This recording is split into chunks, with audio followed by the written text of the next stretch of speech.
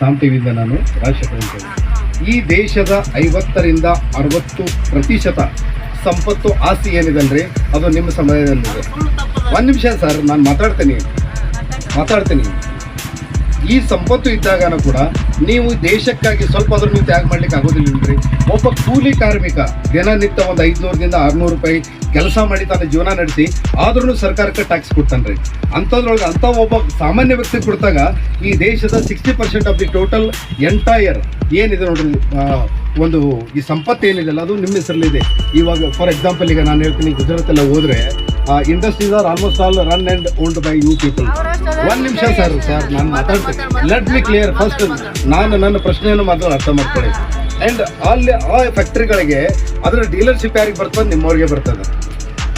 ಅದು ಸಬ್ ಡೀಲರ್ ಆಗಿರ್ಬೋದು ಅಥವಾ ರಿಟೇಲ್ ಅದು ನಿಮಗೆ ಬರ್ತದೆ. Every from top to bottom ಈ ಒಂದು ಬಿಸ್ನೆಸ್ ಇಂಡಸ್ಟ್ರಿಯಲ್ಲಿ ನೀವೇ ರೂಲ್ ಮಾಡ್ತಾ ಇದ್ದೀರಾ. ಸೊ ಪ್ಲೀಸ್ ದಯಮಾಡಿ ತಪ್ಪು ತಿಳ್ಕೊಬೇಡ್ರಿ. ಇದನ್ನು ನಾನು ವಿತ್ ಫ್ಯಾಕ್ಟನ್ನು ಮಾತಾಡ್ತಾ ಇದ್ದೀನಿ. ಅಂಥದ್ರೊಳಗೆ ನೀವು ರಿಸರ್ವೇಷನ್ ಬಿಡೋದು ತಪ್ಪು ಅನಿಸ್ತಾ ಇದೆ ನನಗೆ.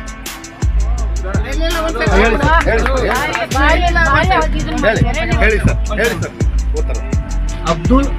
ಅಬ್ದುಲ್ ಅಜೀಜ್ ಮತ್ತು ರೆಹಮಾನ್ ಖಾನ್ ಕರ್ನಾಟಕ ಸರ್ಕಾರ ರಿಪೋರ್ಟ್ ಇದೆ. ಕರ್ನಾಟಕದಲ್ಲಿ ಎಲ್ಲಿ ನೋಡಿ, ಗುಜರಾತ್ ರಾಜ್ಯದ ಜನರದ ಇತ್ತು. ಅಲ್ಲಿ ದುಡ್ಡಿದ್ದವ್ರ ನಾರ್ತ್ ಜನರ ದುಡ್ಡಿದೆ.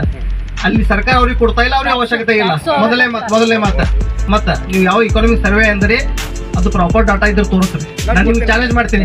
ನೀವು ಫೇಸ್ಬುಕ್ ವಾಟ್ಸ್ಆಪ್ ಮೆಸೇಜ್ ಇಲ್ಲಿ ಕೇಳ್ರಿ. ಇದು ಟೋಟಲ್ ಫ್ಯಾಕ್ಟ್ ತಪ್ಪದ, ನಮ್ಗೆಲ್ಲ ಗೊತ್ತದ ರೀ. ಸರ್ಕಾರ ಈ ತರ ಯಾವ ಕಮಿಟಬಲ್ ಗೆಟ್ ಪ್ರಾಪರ್ಟಿ ಅದ ಇದೆಲ್ಲ ಏನು ಇಟ್ಕೊಳ್ಳಲ್ಲ. ಮೊದಲು ಇನ್ಕಮ್ ಟ್ಯಾಕ್ಸ್ ಇಲ್ಲಿ ಕೇಳ್ರಿ. ಇನ್ಕಮ್ ಟ್ಯಾಕ್ಸ್ ತರ್ತಾರಲ್ಲ 24% ಜೈನ್ ಕೊಡ್ತಾ ಇರ್ತಾರೆ. ನೀವು ಇನ್ಕಮ್ ಟ್ಯಾಕ್ಸ್ ಕಟ್ತೀರಿ ಪ್ರತಿ ವರ್ಷ. ITR ತುಂಬ್ತಿರ್ಬೇಕಲ್ಲ. ಒಂದ್ ಸೆಕೆಂಡ್ ಇಲ್ಲಿ ಕೇಳ್ರಿ. ITR ತುಂಬ್ತೀರಂದ್ರೆ ಯಾರು ITR ತುಂಬ್ತಾರ ಅವ್ರಿಗೆ ಕೇಳ್ರಿ. ರಿಲಿಜನ್ ಎಲ್ಲಿ ಮೆನ್ಷನ್ ಮಾಡಲ್ಲ. ಫೈನಾನ್ಸ್ ಮಿನಿಸ್ಟರ್ ಹತ್ರ ಯಾವ ಧರ್ಮದವ್ರು ಯಾವ ಜಾತಿದವ್ರು ಎಷ್ಟು ದುಡ್ಡು ಟ್ಯಾಕ್ಸ್ ಕಟ್ಟಿದ್ರೆ ಇದ್ರ ಡಾಟಾ ಸರ್ಕಾರ ಹತ್ರ ಇಲ್ಲ. ಇದು ತಪ್ಪ ಕಲ್ಪನೆ ಅದ. ಮೊದಲನೇ ಮಾತು ಗುಜರಾತ್ ವಿಷಯ ಇಲ್ಲಿ ಬೇಡ. ಗುಜರಾತ್ ಅಲ್ಲಿ ಗುಜರಾತ್ ಹೋರಾಟ ನಡೆದ್ರು. ಒಂದ್ ಸೆಕೆಂಡ್. ಎರಡನೇದು ಕರ್ನಾಟಕದಾಗ ಅಬ್ದುಲ್ ಅಜೀಜ್ ಮತ್ತೆ ರೆಹಮಾನ್ ಖಾನ್ ರಿಪೋರ್ಟ್ ಐತಿ. ಇಬ್ರು ಮುಸ್ಲಿಂ ಸಮಾಜದವ್ರು ಐತಿ. ಎಕ್ಸ್ಪರ್ಟ್ ಕಮಿಟಿ ರಿಪೋರ್ಟ್ ಅಲ್ಪಸಂಖ್ಯಾತರದು ಇಕೋನಾಮಿಕ್ ಫೈನಾನ್ಷಿಯಲ್ ಮತ್ತೆ ಸೋಶಿಯೋ ಎಕನಾಮಿಕ್ ಫೈನಾನ್ಸ್ ಕಂಡೀಷನ್ ವರದಿ ಸಲುವಾಗಿ ಕರ್ನಾಟಕ ಸರ್ಕಾರನೇ ಎಕ್ಸ್ಪರ್ಟ್ ಕಮಿಟಿ ರಿಪೋರ್ಟ್ ಫಾರ್ಮ್ ಮಾಡಿತ್ತು. ಆ ರಿಪೋರ್ಟ್ ಸ್ಪಷ್ಟ ಆಗಿ ಬರ್ತದ.